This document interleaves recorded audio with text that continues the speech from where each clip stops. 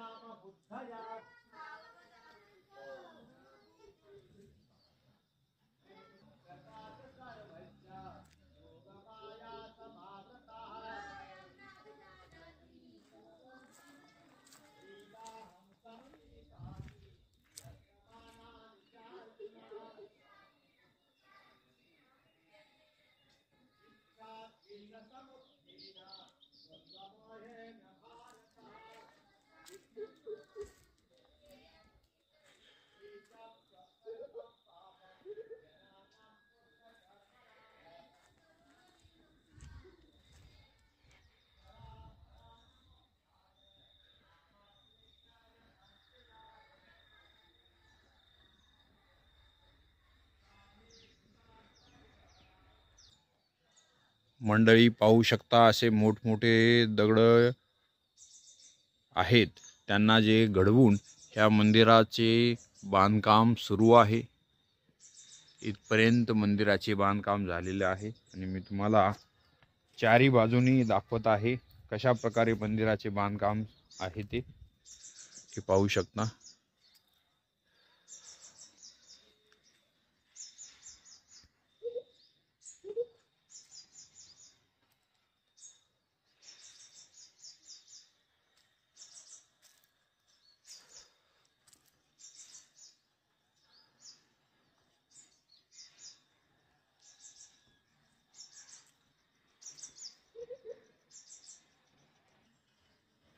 सर्वज्ञ श्री चक्रधर स्वामी चरणांकित भारद्वाज वेद तीर्थस्थान 108 कोटी नामस्मरण मंदिर आहे हे।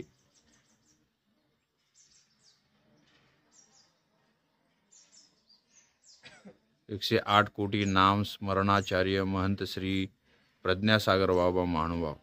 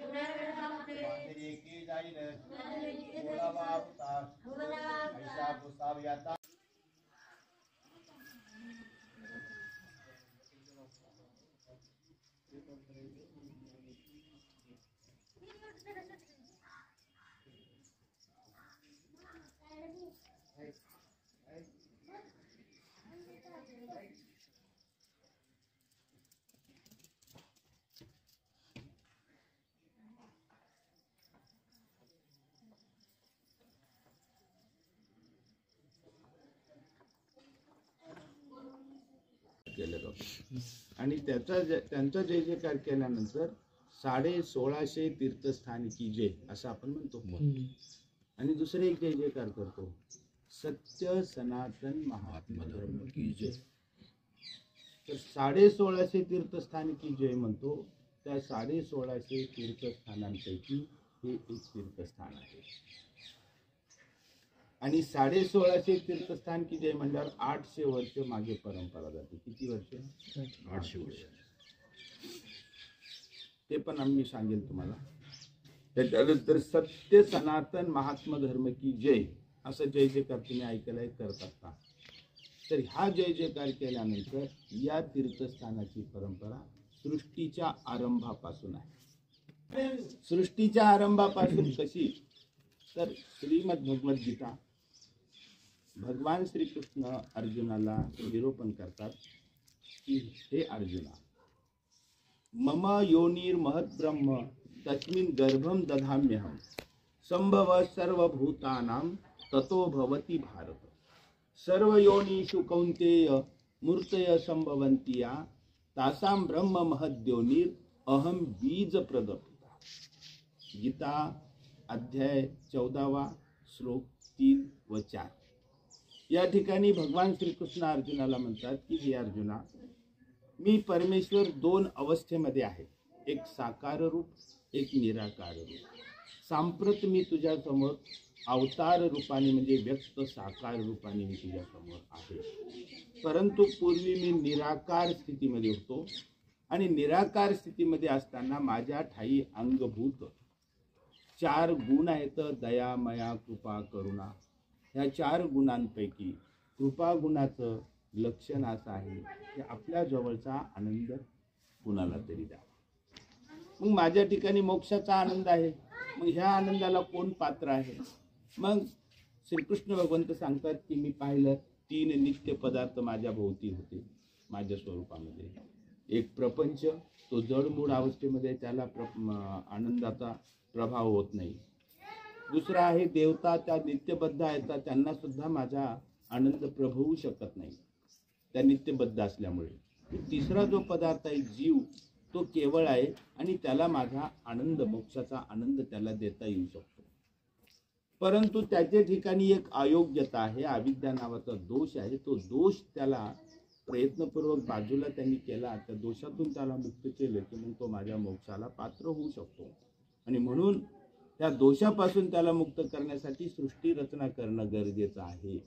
आणि म्हणून हे अर्जुना, मी परमेश्वर मम योनिर महत् ब्रह्म तस्मिन् गर्भम दधाम्य, माझी योनी म्हणजे माझी मुख्य शक्ती चैतन्य माया, आणि तिच्या योनीमध्ये म्हणजे स्वरूपामध्ये माझ्या या प्रवृत्तीचं बीज टाकलं. कोणती प्रवृत्ती? परमेश्वराची, की तू ह्या सृष्टीची रचना कर. आणि माझ्या आज्ञेप्रमाणे माझं हे बीज तिच्या स्वरूपामध्ये टाकलं आणि त्या चैतन्यमायेच्या स्वरूपामध्ये जे काही जीव होते हे सर्व, त्या जीवाला त्या चैतन्यमायेने आपल्या स्वरूपाच्या बाहेर काढलं, म्हणजे त्यांना जन्म दिला आणि त्या सर्व सृष्टीची रचना केली आणि 4 युगांची स्थापना पण माझ्या आज्ञेनं त्या चैतन्यमायेने केली. ते 4 युग म्हणजे कृतयुग, त्रेतायुग, द्वापारयुग आणि कलियुग, असे 4 युग स्थापन झाले. सृष्टीची रचना झाली. कृतयुग पहिलं युग, त्या युगाच्या सुरुवातीला ब्रह्मदेव कमलपुष्पावरती बसलेले होते आणि ब्रह्मदेवाला 4 मुख, आणि ते चिंतन करत असताना त्यांना 4 मानसपुत्र उत्पन्न झाले. ते 4 मानसपुत्र म्हणजे सनक, सनकादिक, सनंदन आणि सनात. हे 4 पुत्र ब्रह्मदेवाच्या समोर हात जोडून उभे राहिले आणि म्हणाले, पिताश्री आम्हाला निरूपण करा, आम्हाला ज्ञान सांगा. तर ब्रह्मदेवाकडे 4 वेदांचं ज्ञान होतं, सामवेद, ऋग्वेद, यजुर्वेद आणि अथर्ववेद. हे 4 वेदांचं ज्ञान ब्रह्मदेवानी त्या सनकादिकांना.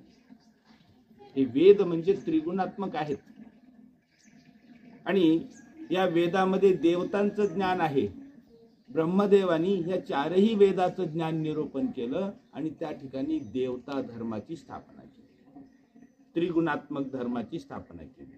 त्या धर्माचं नाव होतं सनातन धर्म. आणि तो सनातन धर्म ब्रह्मदेवानी स्थापन केला. त्या सनातन धर्माचं आजचं नाव आहे हिंदू धर्म. ब्रह्मदेवानी 4 वेदाचं निरूपण केलं आणि त्याचबरोबर त्यांनी 4 वर्णाची सुद्धा स्थापना केली. 4 वर्ण म्हणजे ब्राह्मण, क्षत्रिय, वैश्य आणि शूद्र. ब्राह्मण त्यांच्या मुखातून निर्माण झाले असं सांगतात त्यांच्या शास्त्रामध्ये. ब्राह्मण मुखातून, क्षत्रिय छातीमधून, वैश्य जांघेमधून आणि शूद्र पायामधून, अशा 4 वर्णाची निर्मिती आणि 4 वेदाचं निरूपण करून ब्रह्मदेवानी सनातन धर्माची म्हणजे हिंदू धर्माची स्थापना केली असं देवताशास्त्रामध्ये सांगितलं. आणि मग हे वेदाचं ज्ञान त्या सनकादिकाला दिलं आणि ते सनकादिक फार अभ्यास करू लागले. त्याचा एक एक पान, एक एक ऋचा, एक एक श्लोक त्यांनी त्या वेदाचा अभ्यासला आणि पूर्ण वेदाचं ज्ञान प्राप्त झाल्यावर ते ज्ञानी बनले.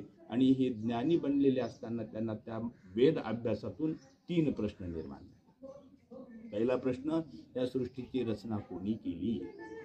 दुसरा प्रश्न, या जीवाला बंधनातून सोडविणारा कोण? आणि तिसरा प्रश्न, या जीवाला शाश्वत मोक्ष देणार. आणि हे 3 प्रश्नाची उत्तरं त्यांनी वेदामध्ये खूप शोध घेतला. एका पानावरती त्यांनी शोध घेतला, परंतु वेदामध्ये या 3 प्रश्नाची उत्तरं त्यांना सापडले नाही.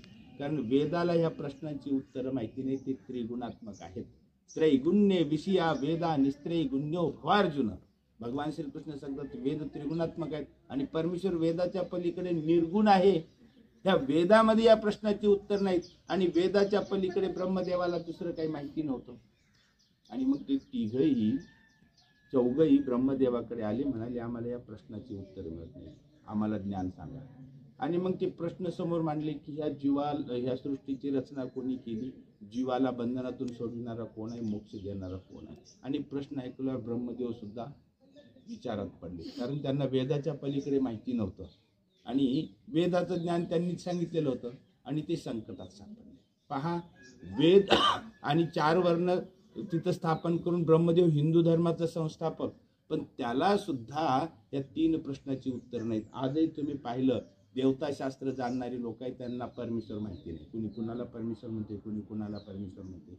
जीवाला बंधनातून सोडण्यासाठी काय करावं हे सुद्धा या सनातन धर्मामध्ये माहिती नाही. कुणी म्हणते तुम्ही काशीला जा, कुणी म्हणते तुम्ही इकडे जा, कुणी म्हणते तुम्ही इथं भजन करत बसा. आणि तिसरं म्हणजे मोक्ष देणारा कोण आहे ते माहिती नाही. या 3 प्रश्नाची उत्तरं त्यांना मिळाले नाहीत. आणि मग ब्रह्मदेवाने त्यावेळेस परमेश्वराची प्रार्थना केली, जो निराकार परमेश्वर आहे. त्या परमेश्वराची प्रार्थना केली आणि म्हणाले की प्रगट व्हा आणि आम्हाला धर्म मार्ग सांगा आणि या प्रश्नांची उत्तर बघा. जो हिंदू धर्माचा संस्थापक ब्रह्मदेव तो सुद्धा मौन झाला. हे भागवतामध्ये सांगितलेलं आहे, भगवद्गीतेमध्ये सांगितलेलं आहे, लीलाचरित्रामध्ये पण सांगितलेलं आहे, प्रमाण आहे. आणि ब्रह्मदेव विचारात पडले की आता काय उत्तर द्यावे. आणि मग तिथे त्यांनी एकच मार्ग त्यांना मोकळा होता, परमेश्वराला शरण जाणे. त्यांनी निराकार परमेश्वराची प्रार्थना केली आणि त्या ठिकाणी परमेश्वर आकाश मार्गे आले, हंस रूप धारण केले आणि त्या ठिकाणी श्री हंस प्रभूंचा अवतार झाला.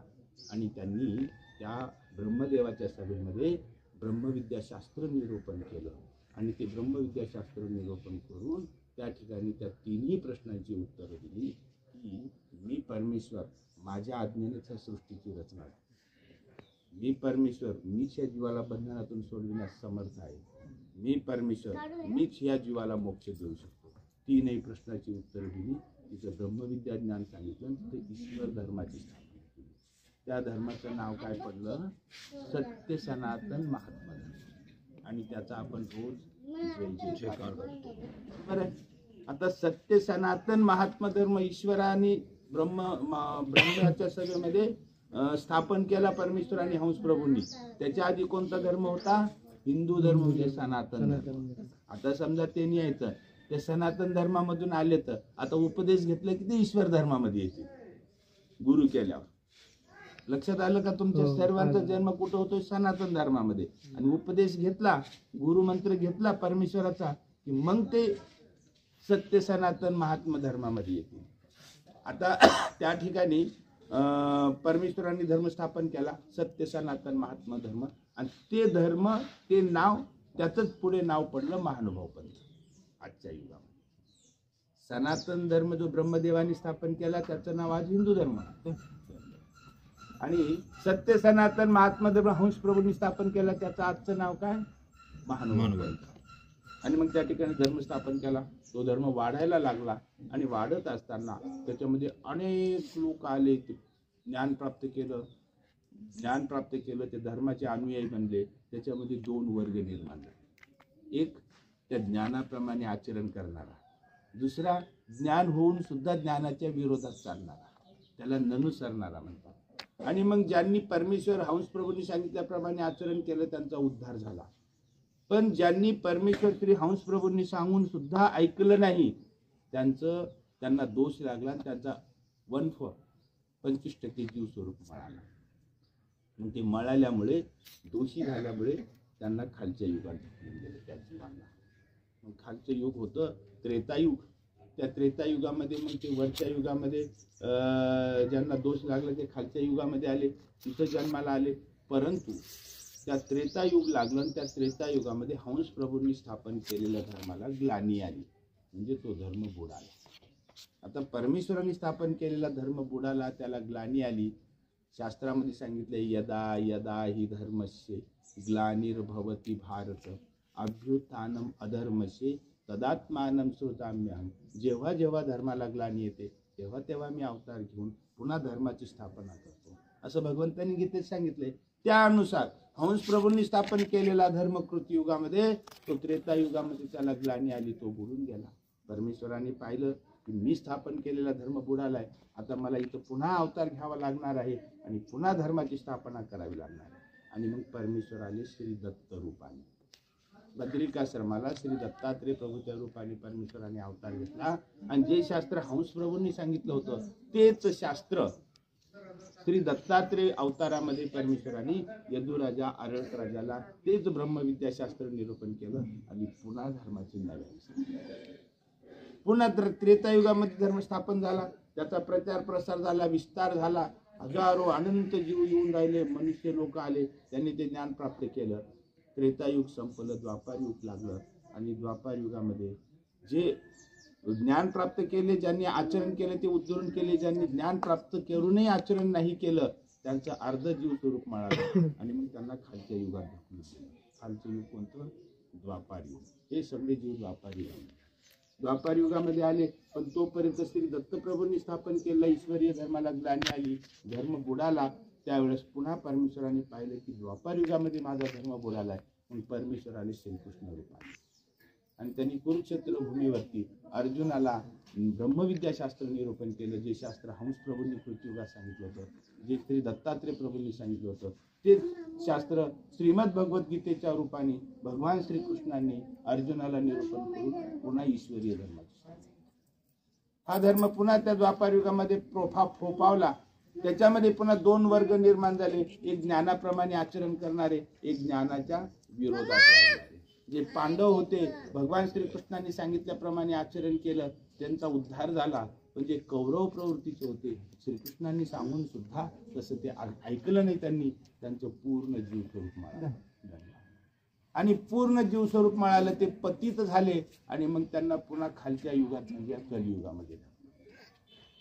मग ह्या कलियुगामध्ये हे जन्माला आले. 12 वर्ष तक उघडलं आणि तोपर्यंत श्रीकृष्ण भगवंतांनी स्थापन केलेलं धर्माला ग्लानी आली होती. भगवद्गीता तर सगळेच वाचत होते, पण त्याप्रमाणे कुणी आचरण करत नव्हतं. परमेश्वराने पाहिलं की मला आता या कलियुगामध्ये अवतार घ्यावा लागणार आहे. पण या कलियुगामध्ये पूर्ण दोषी असलेले जीव आहेत, पतित आहेत. मग मला पतित पावन, पतित उद्धारक अवतार घेतला पाहिजे.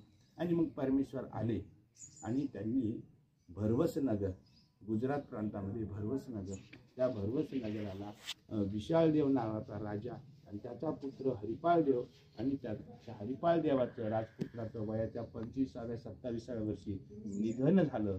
त्याची अंत्ययात्रा स्मशानामध्ये आणली आणि सरणावरती प्रेत ठेवलं आणि परमेश्वराने त्या प्रेतामध्येच अवतार हरिपाळदेवाच्या परमेश्वराने अवतार घेतला. आता प्रेत हे अवतार घेण्याचं ठिकाण नाही. प्रेता इतकं अपवित्र आणि आसुर्य जगात कोणतंही नाही. अन्य धर्मीय लोक प्रेतयात्रेला गेले तर आंघोळ केल्याशिवाय घरात येत नाही. उपदेशी मानवपंथी लोक प्रेतयात्रेला गेले तर देवपूजा वंदन केल्याशिवाय पाणी सुद्धा पित नाहीत. इतकं ते प्रेत अशुभ आहे. आणि मग त्या प्रेतामध्येच परमेश्वराने अवतार घेण्याचं कारण काय आहे? त्याचं कारण असं होतं की हा जीव कृतयुगामध्ये ज्ञान दिलं हंस अवतारामध्ये असताना तरी सुद्धा हा त्याप्रमाणे वागला नाही. हा दोष जोडले यांनी.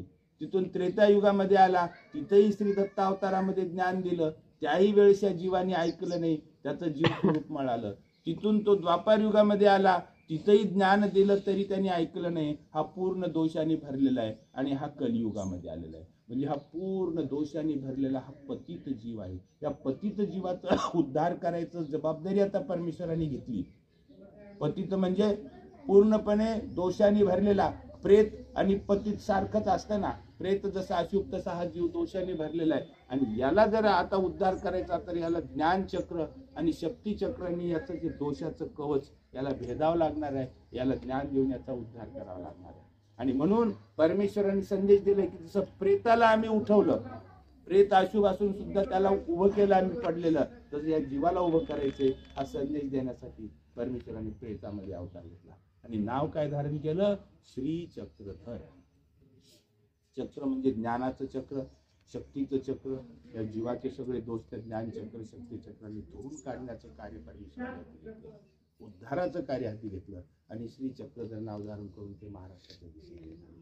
महाराष्ट्रामध्ये 12व्या शतकामध्ये अनेक प्रकारचे राजे लोक राहत होते. सोन्याच्या महालामध्ये राहत होते. मोठमोठे धर्मगुरू होते. सोन्याच्या सिंहासनावर बसत होते. पण श्री चक्रधर प्रभू परमेश्वर अवतार त्यांच्याकडे गेले नाही. गेले असे तर त्यांनी खूप मोठा सन्मान सत्कार केला असता त्यांचा. परंतु परमेश्वरांनी ठरवलं होतं जे रंजलेले आहेत, जे गांजलेले आहेत, जे दुःखी आहेत, जे पतित आहेत, यांचा पहिले उद्धार करायचा. श्री चक्रधर स्वामी रिद्धपूरला गेले. तिथं ज्ञानशक्ती स्वीकार केली श्री गोविंद प्रभू बाबाकडून आणि गेले सालबर्गीच्या डोंगरामध्ये आणि 12 वर्ष तिथे राहिले. तिथल्या रंजलेले गांजलेले अज्ञानी अशा सर्व जीवांचा उद्धार करत करत 12 वर्षी त्या सालबर्गीच्या डोंगरामध्ये फिरले. तिथं सशाचं सुद्धा रक्षण केलं. ती लीळा तुम्ही ऐकलेली असेल. आणि मग तिथं सुद्धा एक लीळा चरित्र केलं परमेश्वराने. पण लिहून काढणारा माहीमभट्ट तिथं नसल्यामुळे आणि ते आपल्याला माहिती नाही, ते अज्ञात आहे परमेश्वराचं कार्य. तिथून श्री चक्रधर प्रभू विंजी गोंडवाड्याला गेले आणि तिथून ओरंगल कर्नाटकमध्ये तिथून आणि मग श्री चक्रधर प्रभू महाराष्ट्रामध्ये आले. आणि महाराष्ट्रामध्ये गावोगावी खेडोपाडी परिभ्रमण करू लागले. येथील अज्ञानी, अशिक्षित, दुःखी, त्रस्त, रंजलेल्या गांजलेल्या जीवांना ज्ञानबोध करून त्यांचा उद्धार करू लागले. आणि अशा पद्धतीनं निरूपण करून ह्या सर्व 18 पगड लोकांमधून हा महानुभाव पण करू लागला. आणि अशाच पद्धतीने जीवांचा उद्धार करीत करीत करीत करीत श्री चक्रधर प्रभू जालन्याला. आणि जालन्याला देवानी 2 महिने वास्तव्य झाले श्री चक्रधर. आणि मग दिवाळी झाली, भाऊबीज झाला. आणि भाऊबीज झाल्यावर दुसऱ्या दिवशी देव श्री चक्रधर प्रभू आणि खानेपूरला गेले. सूर्योदयाची वेळ होती. सकाळची सगळे जालन्याचे भक्तजन विनवत होते, महाराज तुम्ही थांबा, देवाला जाऊ देऊ थोडंच वाटते, आणखी देव राहिले तर बरंच आहे, भलं होईल ना, कल्याण होईल. पण देव म्हणले आता 2 महिने आम्ही तुमच्याकडे थांबलो, आता पुढे पण अनंत जीव आहेत आणि त्या जीवांचा उद्धार करायचा आहे, आम्हाला जावं लागणार आहे आम्हाला. आणि म्हणून देव तिथे निघाले सूर्योदयाच्या वेळेस जालन्यावरून. आणि सकाळी 10-11च्या सुमारास इथं आले. हे खनेपुरी गाव आहे. हे गाव इकडे दिसतं. हा बाहेरचा प्रदेश. इथून एक 4 फर्लंग अंतरावर म्हणजे गाव आहे, हाकेच्या अंतरावरती. आणि या गावाच्या बाहेरचा हा प्रदेश. जालन्यावरून येणारी पाऊलवाट इकडे भाटीपूरला जाते आणि इकडून काजळ्यावरून येणारी पाऊलवाट भाटीपूरला जाते. दोन्ही पाऊलवाट इथे एकत्र होतात तर मग भाटीपूरला जाते. आणि या पाऊलवाटीच्या बाजूला इथे एक बाबलीचं झाड. हे बाहेर सगळं अरण्याने भरलेलं होतं. हा परिसर 800 वर्षापूर्वीची गोष्ट आहे. आणि गावाच्या बाहेर हा परिसर अरण्याने गेलेला आहे. रस्त्याच्या बाजूला इथं बाबलीच्या झाडाखाली देव झाडाखाली बसले. भक्तिजनांनी आसन अंतरलं. श्री चक्रधर प्रभू झाडाखाली बसले. आता विचार करण्यासारखी गोष्ट आहे. लीळा चरित्रामध्ये स्पष्ट लिहिलेलं आहे, कांती हे तळी आसन, बाबलीच्या झाडाखाली देव बसले. आता याचा अर्थ फार गहन आहे. अरण्यामध्ये अनेक प्रकारची झाडं असतात. फळांची झाडं असतात, फुलांची असतात, उंच गर्द सावलीची झाडं असतात. बरोबर आहे ना? त्याच्यामध्ये बाबलीचं झुडूप पण असतं. तुम्ही अरण्यात गेले तर कसल्या झाडाखाली बसाल? चांगल्या सावलीच्या फळाच्या झाडाखाली बसाल ना. बरोबर आहे का नाही? बाबळीच्या झुडपाखाली तर बसणार नाही तुम्ही, कुणी बी माणूस. बाबळीचं झुडूप, त्याला रंग नाही, रूप नाही, फळ नाही, फूल नाही, कोण कशाला बसेल त्या झाडाखाली? उद्यानामध्ये बाबळीचं झाड कोणी लावून त्याला खत पाणी घालून वाढवत नाही. तुमच्या घरासमोर बाबळीचं झाड उगवलं तर तुम्ही त्याला काय करता? तोडून फेकून देता लांब. असं ते रंजलेलं, गांजलेलं, दुःखी, कष्टी, बहिष्कृत, तिरस्कृत, सर्वांनी दूर लोटलेलं ते झाड. आणि श्री चक्रधर प्रभू जाणीवपूर्वक त्या झाडाखाली बसले. त्याचं कारण असं आहे की श्री चक्रधर प्रभूंनी सांगितलं, आम्ही पतित पावन पतित उद्धारक ईश्वर अवतार. जे रंजलेले आहेत, गांजलेले आहेत, दुःखी आहेत, कष्टी आहेत, त्यांचं दुःख निवारण करण्याची आम्ही जबाबदारी या कलियुगामध्ये घेतलेली आहे. आणि या दुःखी जनांना पहिले आम्ही प्राधान्यक्रमाने त्यांचं भलं आणि त्यांचं कल्याण करणार आहोत. हा संदेश देण्यासाठी श्री चक्रधर स्वामी बाबळीच्या झाडाखाली बसले. माहीमभट्टांनी उल्लेख केलेला आहे, कांटी तळी आसन, कांटी बाबळीचं झाड त्याच्या खाली बसलं. सकाळी 10ची वेळ देव तिथं बसलेले आहेत. भक्तीजनांनी भिक्षेची वेळ झाली, नाथोबाबाईंनी झोळ्या घेतल्या, गावात गेले, भिक्षा घेऊन आली, देवाला झोळी दृष्टीपूत केली आणि मग भक्तीजन सुद्धा देवाच्या समोर बसले.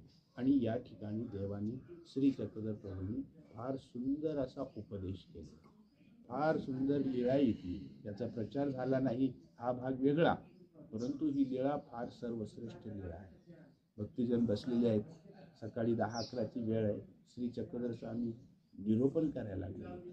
श्री चक्रधर स्वामीचे हृदय अंतःकरण या जीवांचं दुःख बघून घडून आलं, दया मया कृपा करुणा. आणि मग श्री चक्रधर प्रभू भक्तीजनाला निरोपण करतात, म्हणतात, पहा, हा अवघा जणू थकला ठेला असेल कवनी यांचे विचार. हा सगळा समाज थकवल्या गेलाय, फसवल्या गेलेला आहे. याला सन्मार्ग दाखविणारा कोणी नाही. त्या काळामध्ये श्री चक्रधर प्रभूंनी हे सर्व जगाचं अवलोकन केलेलं आहे. या जगामध्ये फक्त 2 वर्ग स्वामींना, ठळक स्वामींनी इथं सांगितलेले आहेत, एक फसवणाराचा वर्ग आणि एक फसणाराचा वर्ग. जगामध्ये 2 वर्ग कार्यरत आहेत.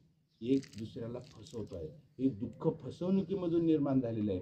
त्या काळामध्ये जे धर्मगुरू होते, ते धर्मगुरू त्या समाजाला फसवणारे ज्ञान सांगत होते. देवी देवतेची भक्ती करा म्हणत होते, व्रत वैकल्य करा, उपास तापास करा, आणि 2 पायाचे बळी द्या देवतेला, 4 पायाचे बळी द्या, असं सांगणारे आहेत का नाही लोक जगामध्ये. आणि असं केलं म्हणजे तुमचं भलं होईल, पाण्यामध्ये जाऊन डुबकी मारा संगमावरती, तुमचे पाप निघून जातील. हे थकवत होते, फसवत होते. आणि हे फसवणारे ज्ञान सांगितल्यामुळं समाज दुःखाकडे चाललेला होता. श्रीमद भगवद्गीतेचं ज्ञान कोणी सांगत नव्हतं. आणखीन ते धर्मगुरू काय सांगत होते? सती जा. त्या काळामध्ये सती प्रथेचं फार फार म्हणजे उद्रेक होता. अर्धा महाराष्ट्र तर सरणावरतीच मरत होता. नवरा मेला, पती मेला की सती जा, मग हे शरीर आणि त्या अग्नीमध्ये स्वाहा करायचं. श्री चक्रधर स्वामी सांगतात की या शरीराचा घात करणं एवढं मोठं महापाप या जगामध्ये होतं. या शरीरामध्ये ब्रह्मा विष्णू महादेव आहे, त्या शरीरामध्ये 81 कोटी 1.25 लक्ष 10 देवता आहे, त्या शरीरामध्ये जीव आहे, या शरीरामध्ये संलग्न आहे. आणि हे सर्व शरीर या सर्वांचं आश्रयस्थान आहे. आणि त्या काळातले धर्मगुरू काय सांगत होते? सती जा. आणि हे सांगत होते म्हणजे फसवत होते.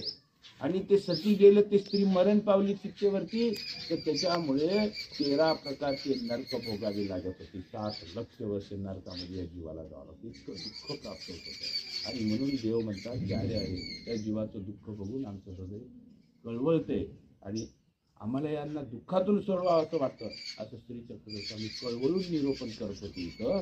आणि म्हणून आम्ही गावोगावी जाऊन जीवाला ज्ञानबोध करून त्यांना मुक्तीचा मार्ग दाखवत आहोत, त्यांचा उद्धार करीत आहोत. असं श्री चक्रधर स्वामी निरोपण फार सर्वश्रेष्ठ निरोपण आहे इथे. आणि मग निरोपण चाललेलं होतं. इथे एक झाडावरती भारद्वाज नावाचा पक्षी बसलेला होता.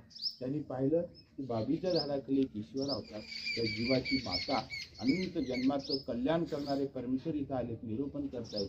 आणि त्या भारद्वाजाला श्री चक्रधर स्वामींचं दर्शन झालं. तो वेदल्या गेला आणि श्री चक्रधर स्वामींच्या जवळ येऊन बसला त्या झाडावर आणि देवाचं दर्शन मिळू लागलं. दर्शनामधून त्याला आनंद मिळू लागला.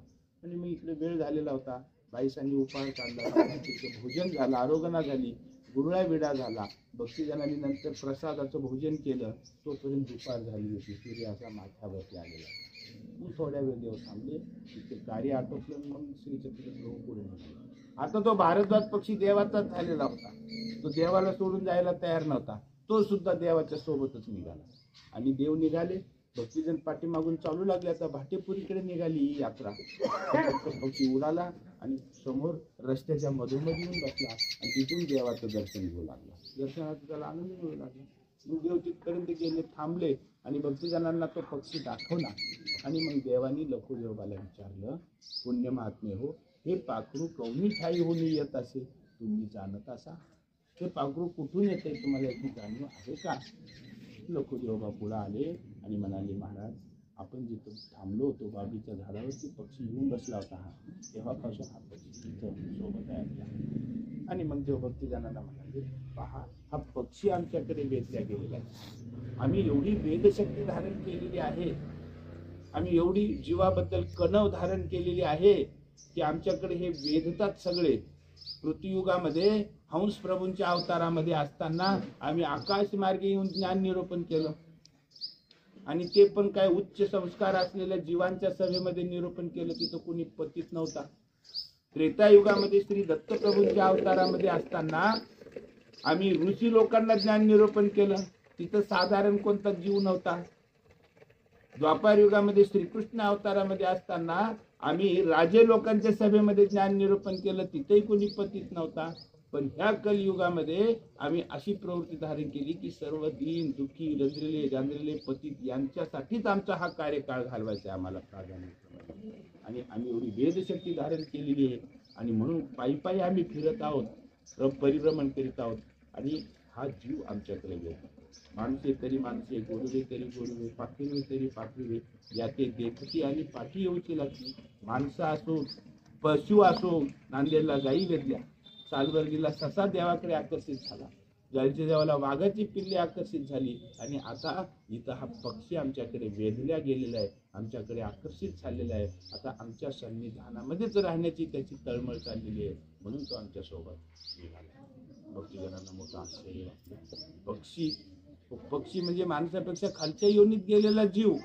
त्याला काही ज्ञान सांगून सन्मार्गावर आणता येईल का? माणसं असतात त्यांना तरी चार गोष्टी समजुतीच्या सांगून, ज्ञानाच्या सांगून त्यांना परमेश्वराची ओळख करून देता येणं सोपं आहे.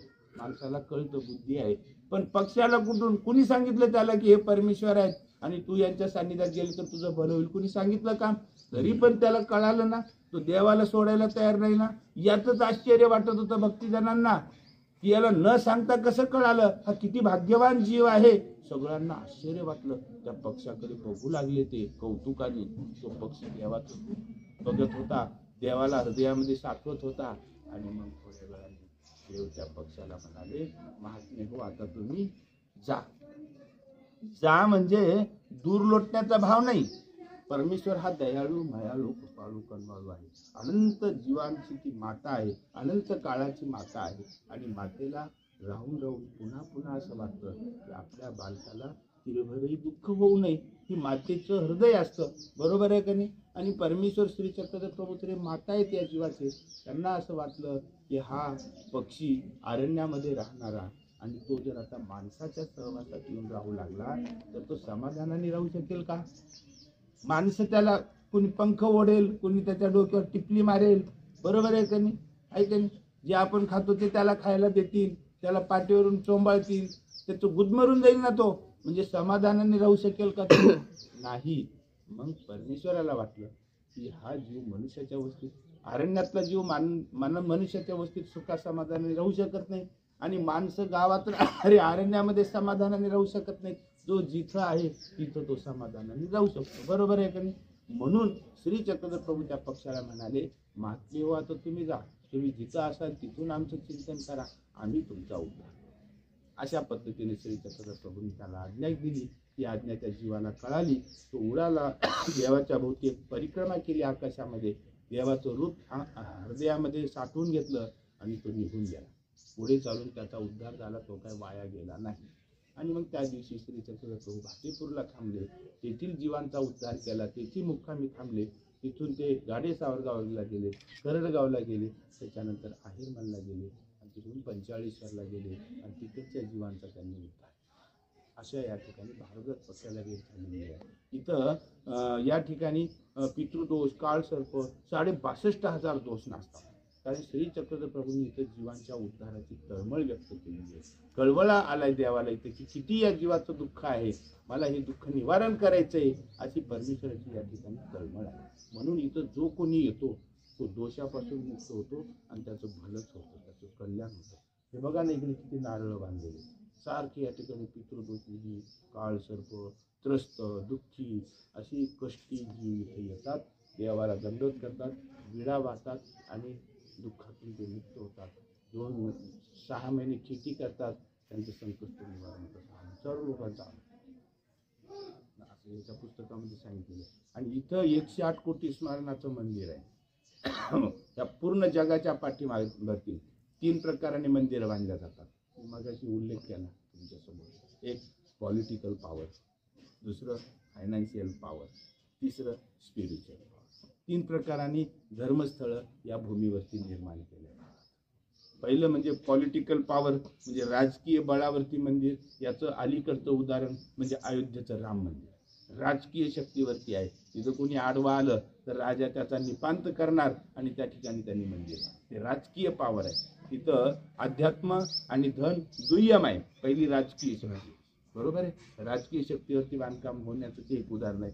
दुसरं फायनान्शियल पॉवर, म्हणजे आर्थिक सत्ता. एखाद्याकडे खूप धन आहे, त्याला वाटलं की मला ह्या ठिकाणी मंदिर बांधायचंय, तिथल्या लोकांना तो सांगेल की हे घ्या 10 पटीनं तुमचा मोबदला, तुम्ही आता दुसरीकडे निघून जा, मला इथं मंदिर बांधायचं. तो सोन्याचं मंदिर बांधेल तिथं, कारण धनशक्ती आहे. धनशक्तीने बरेच कामं झालेले त्या जगामध्ये, सोन्याचे मंदिरं झालेले आहेत. आणि तिसरी स्पिरिच्युअल शक्ती, म्हणजे आध्यात्मिक शक्ती. त्याच्यावर त्या जगामध्ये फक्त एका ठिकाणी बांधकाम झालेलं आहे, आणि ते म्हणजे रामायणातला राम नामाचा शक्ती. देवता भक्ती मार्गामध्ये रामचंद्र वानर लोक घेऊन निघाले अयोध्येवर स्वारी करण्यासाठी. याच्यामध्ये रामेश्वरमच्या इथं त्यांचा तळ पडला, पुढे समुद्र, पलीकडे लंका. आता लंकेमध्ये जायचं तर सेतू बांधणं गरजेचं होतं. रामचंद्रांनी वानर लोकांना सांगितलं बांधा सेतू, आणि मग ते वानर लोक मोठमोठे दगड आणून टाकू लागले, ते बुडू लागले. तिथं कुणी एकाने सांगितलं त्याच्यावर देवतेचं नाव लिहा. ऐकले तुम्ही हे? त्यांनी रामाचं नाव लिहिलं, सेतू तयार झाला, दगडाचा सेतू. तिथं फक्त वानर होते. तिथं धन देणारा, दान देणारा कोणी होता का? मायनस. त्या ठिकाणी राजा होता का कोणी मदत करणार? रामचंद्र तर आपल्या बाजूला बसून होते. तिथं फक्त आध्यात्मिक शक्ती, स्पिरिच्युअल पॉवर. आणि त्या वानरांनी एक एक दगड त्या सेतूमध्ये टाकला, तिथं खार पण होती म्हणे. आता तुम्हाला त्याचं आश्चर्य सांगतो. हे वानर लोक दगड टाकत होते, बुडून चालले. एकाने आलं, अरे म्हणजे तुम्ही आयुष्यभर दगड टाकत राहिले तरी सेतू तयार होणार नाही, मग काय करावं लागेल? इथं त्या देवतेचं रामाचं नाव लिहा त्या दगडावर. आणि त्यांनी मग त्या रामाचं नाव लिहिलं, राम राम लिहिलं, आणि तो सेतू तयार झाला. तिथे एक खार होती, आणि ती खार आहे ना, तिनं पाहिले की मलाही या कार्यात सहभागी व्हायचे. काय म्हणले खार? मलाही सहभागी व्हायचे, पण आता मी पडलो एवढा जीव छोटासा, आणि मी काय मदत करणार आहे एवढ्या मोठ्या कार्यामध्ये? पण इच्छाशक्ती मोठी असते. तिनं काय युक्ती केली, समुद्रामध्ये गेली, पाण्यामध्ये बुडाली, अंग ओलसर झालं, आली रेतीमध्ये, गडबडा लोळली, आणि लोळल्यावर ते रेतीचे कण तिच्या शरीराला चिटकले. ती तशीच धावत धावत गेली, आणि त्या सेतू जिथं तयार होती जाऊन तिने अंग झटकलं. तेवढेच ते वाळूचे कण तिथं पडले. पुन्हा पाण्यात बुडायची, पुन्हा त्या रेतीमध्ये लोळायची, पुन्हा त्या अंगाला चिटकलेले कण तिथं नेऊन टाकायचे. दिवसभर तिचा उद्योग चालला त्या खायचा, बरं का. आणि हे नोटीस केलं, जो नेतृत्व करणारा असतो, राजा असतो, रामचंद्र तिथं उपस्थित, सगळं त्यांनी ते काय लक्षात घेतलं. आणि मग झाला सेतू तयार, आणि सगळे मोठमोठे वानर लोक तिथं उपस्थित झाले. बळकट बलाढ्य वानर, मोठमोठ्या शेपट्या त्यांच्या उंच बसले, आणि त्यांना असं वाटलं की मी सर्वात जास्त तिथं सेवा केली, मोठमोठे दगड आणून टाकले. प्रत्येकाला वाटत होतं की आता ह्या कार्याचं श्रेय मला मिळेल, माझा पहिला सन्मान होईल. सगळे रामाकडे बघत होते, राम त्या खारीकडे बघत होते. आणि सगळ्यांच्या देखत रामाने त्या खारीला जवळ घेतलं, तुझी सेवा सर्वात मोठी आहे. आणि तिचं पाठीवरून हात फिरवले, 3 बोटं उमटले असं सांगतात ते लोक, बरोबर आहे का नाही? आणि रामाने सांगितलं, असं म्हणतात की कुठलंही कार्य होईल तिथं तुझ्या सेवेचा उल्लेख केल्याशिवाय ते कार्यच पूर्ण होणार नाही. आणि म्हणून प्रत्येक कार्य सफल झालेल्या सेवेमध्ये खारीचा वाटा म्हणून कोणीतरी उल्लेख करतो, माझा सुद्धा खारीचा वाटा आहे असं म्हणतो ना. त्या पद्धतीनं ते रामायणातला आदर्श घेऊन या ठिकाणी श्री चक्रधर प्रभूंचे हे श्री चरणांकित तीर्थस्थानावरती 108 कोटी नामस्मरणाचं मंदिर बांधायचं कार्य आहे. हे जगामध्ये पहिलं ते रामनामाचा सेतू आणि त्याच्यानंतर हे. इथं धनाला महत्व नाही, फायनान्शियल पॉवर या ठिकाणी दुय्यम, पॉलिटिकल पॉवर दुय्यम, नामस्मरणाचं. माझ्याकडे कुडवाले 1998 मध्ये मुंबईला जायचे झालं, त्यांनी पायऱ्या बांधल्यात ना, पण त्या नांदेडला त्यांनी मंदिर बांधले. असे शेकडो मंदिरं बांधले त्यांनी. परमेश्वरांनी बळ दिलं त्यांना, बांधलं. आली तर म्हणे मी 50 लाख रुपये खर्च करतो 1998 मध्ये. मी म्हणलं माझ्या गुरुला विचारा म्हणलं. माझ्या गुरुनी मला सांगितलं की हे विना कष्टाने, विना परिश्रमाने, विना तपस्येने मिळालेलं दान स्वीकार करून तू मंदिर बांधू नको. माझ्या गुरुने मला सांगितलं. मी म्हणलं कसं तू? म्हणजे नामस्मरणाचं मंदिर. 12 वर्षे फिरत राहा, हजारो लोकांना नामस्मरणाचं प्रबोधन कर, त्यांना नामस्मरण करण्यास प्रेरित कर, त्यांना नामस्मरणाचा संकल्प दे, आणि मग ते आपापल्या घरी महिनाभर स्मरण करतील मार्गशीर्ष महिन्यामध्ये. आणि मग त्यांचा दरवर्षी मेळावा 45 गंगेच्या पात्रात घे. असं 12 वर्ष कर. आणि 12 वर्षामध्ये गावी आलो होतो, स्वतःचं भाडं खर्च करून आलो होतो, तुमच्याकडे काही मागितलं नाही. 2-2 तास तुम्हाला निरोपण केलं, त्याचं मानधन मागितलं नाही. आणि मग त्याचा मोबदला म्हणून मला 1 दगड द्या मंदिरासाठी. तुमच्याकडचा एक दगड मी गोळा करून ते मंदिर बांधणार आहे. अशा पद्धतीने ते दगड मी तसा संकल्प केला आणि 12 वर्ष करून 108 कोटी स्मरण केलं. बांधलं. इथं 2 नंबरचा पैसा बिलकुल नाही, विना कष्टाचा संबंध नसलेला पैसा घेतला नाही. माझ्याकडे मागच्या वेळेस संभाजीनगरचे लोक आले म्हणजे आम्हाला 51,000 रुपये द्यायचे मंदिराचं. म्हणलं तुम्ही स्मरण घेतले का? त्याच्यामध्ये 2-4 म्हणजे हो म्हणलं. मग तुमचा 1 दगड घे. तो श्रीमंत माणूस होता, ते म्हणे मी नाही घेतलं स्मरण, मला द्यायचे. म्हणलं तुमचं मी घेणार. अशा पद्धतीने 108 कोटी स्मरणाचं मंदिर उभं राहिलं. जगामध्ये हे त्रेतायुगामध्ये रामनामाचा सेतू आणि कलियुगामध्ये हे. तुम्ही पृथ्वीच्या पाठीवर कुठेही गेले, एखादा म्हणलं की अहो आमच्या गावामध्ये आम्ही 50 लाख रुपये खर्च करून मंदिर बांधले, फार भव्य मंदिर बांधले, की दुसऱ्या गावचे लोक उभे राहतात. ते म्हणतात अहो तुमच्या गावामध्ये 50 लाख म्हणतात तुम्ही, आमच्या गावामध्ये 5 कोटीचं बांधले रामाचं मंदिर. तो असं बोलत असताना मुंबईचा माणूस उभा राहतो, तुम्ही 5 कोटीचं काय घेऊन बसले, आमच्याकडे 2 अब्ज रुपयाचं इस्कॉननी मंदिर बांधले. तो माणूस उभं सांगायला उभा राहतो, तो बसतोय न बसतो, 3रा-4था उभा राहतो.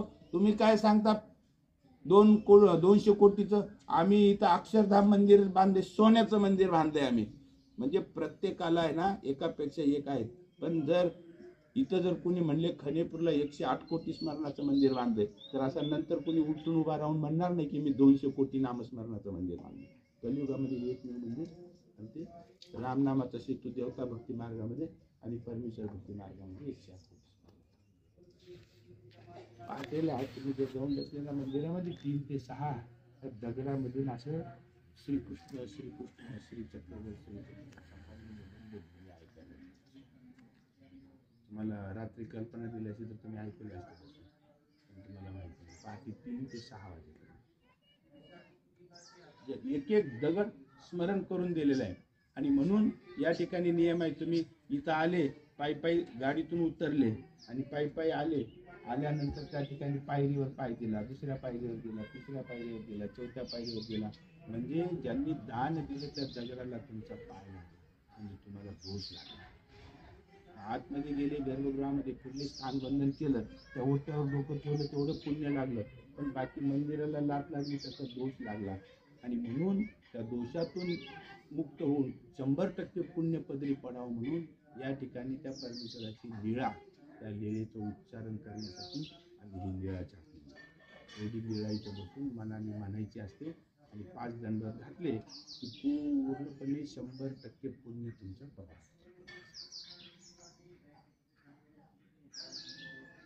शास्त्रामध्ये असं सांगितलेलं आहे की तुम्ही तीर्थयात्रेला गेल्यावर पुण्य बी लागते, पाप बी लागते. तुम्ही अन्नदान करायला गेल्यावर पुण्य पण लागतं आणि पाप पण लागतं. कसं ते उत्तर समजून घेण्यासारखं आहे. तुम्ही त्या पवित्र भूमीवरती फिरले, ते पाय पडले, तुम्ही साधू संतांच्या आसनाला पाय लागू देता का? नाही लागू देत. का बरं? कारण काय त्याचं? कारण त्या आसनावरती बसून त्या साधूंनी नामस्मरण केले, ज्ञान निरूपण केले, शास्त्र निरूपण केले, चिंतन केले, उपदेश केलेला आहे ती सर्व सात्विक ऊर्जा त्या आसनामध्ये गेली. त्याला पाय लागला की तुम्हाला माफी मागतो तुम्ही, बरोबर आहे ना, दोष लागतो ना. तसं ते पूर्ण भाविकांचं 108 कोटी स्मरण त्या मंदिरामध्ये गेलेलं आहे. त्याला पाय लागले की दोष लागतो. मग तर त्याशिवाय तर आपल्याला ते करता येत नाही. म्हणून 99% पुण्य लागतं दर्शनाचं, 1% दोष लागतो. मग 1% दोष नाशण्यासाठी मंदिराच्या बाहेर आलं की ही लीळा इतकी मोठ्याने मनामध्ये चिंतन करायची आणि 5 साष्टांग दंड घातली की 1% दोष निघून जातो, 100% पुण्य तुमच्या पदरात. दुसरं, अन्नदान करायला गेल्यावर 1% दोष लागतो आणि 99% तुम्हाला पुण्य लागतं.